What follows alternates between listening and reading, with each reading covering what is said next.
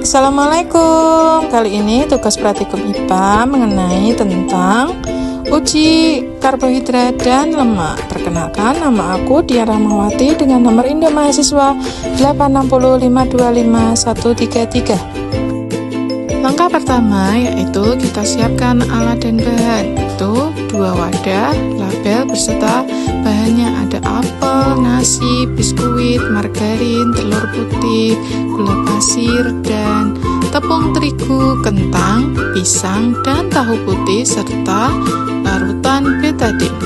Langkah pertama, agar kita mengetahui bahan makanan tersebut mengandung karbohidrat atau tidak, kita harus meneteskan larutan betadine tersebut ke dalam bahan makanan.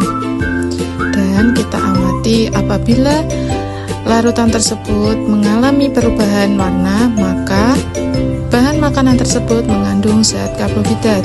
Apabila warnanya tetap sama, maka makanan tersebut tidak mengandung zat karbohidrat.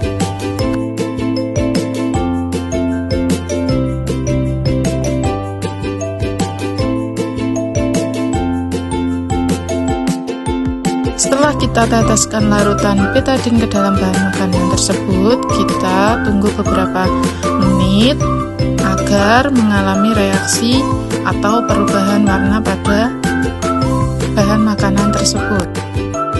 Setelah menunggu beberapa menit, mari kita amati perubahan warna pada bahan makanan tersebut. Yang pertama adalah biskuit. Biskuit mengalami perubahan warna dari coklat berubah menjadi ungu kehitaman. Yang kedua adalah nasi. Nasi awalnya putih menjadi ungu kehitaman. Selanjutnya buah apel. Buah apel tidak mengalami perubahan warna. Dan gula pasir juga tidak mengalami perubahan warna. Selanjutnya telur putih. Telur putih juga tidak mengalami perubahan warna.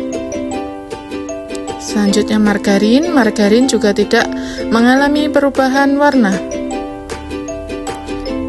Selanjutnya adalah tepung terigu. Tepung terigu mengalami perubahan warna menjadi ungu kehitaman dan sangat pekat. Selanjutnya kentang. Kentang juga mengalami perubahan warna. Dan selanjutnya adalah pisang. Pisang juga mengalami perubahan warna namun tidak begitu pekat. Dan selanjutnya adalah tahu putih. Tahu putih tidak mengalami perubahan warna. Untuk selanjutnya adalah menguji kandungan lemak.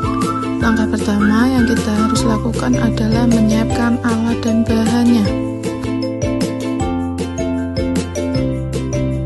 Yang pertama, kita ambil kertas coklat yang bertuliskan air, lalu kita teteskan dengan air menggunakan sedotan. Untuk selanjutnya, kita ambil kertas coklat yang bertuliskan minyak, lalu kita teteskan dengan minyak. Selanjutnya, kita ambil kertas yang bertuliskan kemiri, lalu kita usap-usapkan kemiri tersebut selama 10 kali. Kemudian, kita ambil lagi kertas yang bertuliskan margarin, lalu kita teteskan margarin yang telah dilelehkan.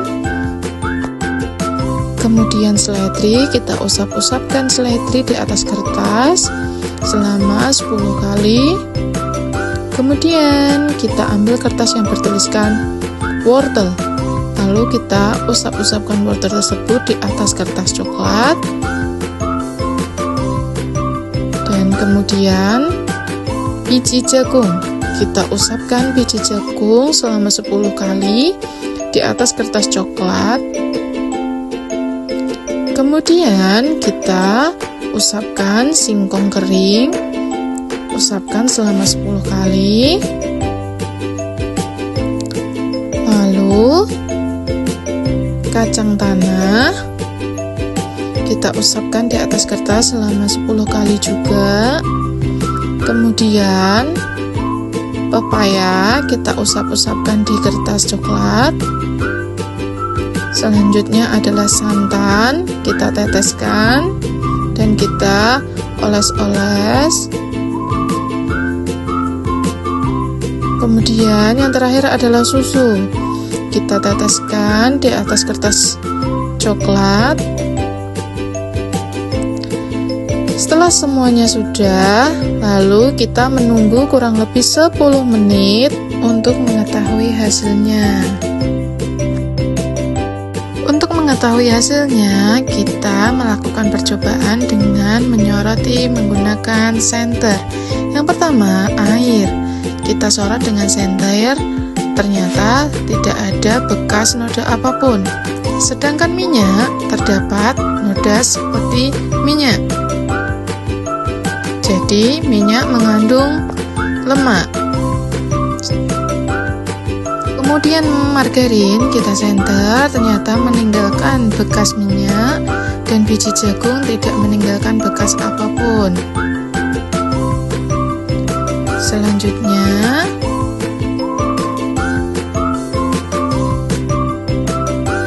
singkong kering dan susu. Terlihat bahwa singkong kering tidak meninggalkan bekas apapun, sedangkan susu meninggalkan bekas noda seperti minyak. Selanjutnya yaitu kemiri dan seledri. Terlihat kemiri meninggalkan bekas noda seperti minyak, sedangkan seledri tidak meninggalkan bekas apapun. Selanjutnya adalah santan dengan wortel. Santan terlihat ada bekas noda seperti minyak, sedangkan wortel tidak meninggalkan bekas apapun. Dan selanjutnya adalah pepaya dan kacang tanah. Terlihat bahwa pepaya tidak meninggalkan bekas apapun, sedangkan kacang tanah meninggalkan bekas noda seperti minyak.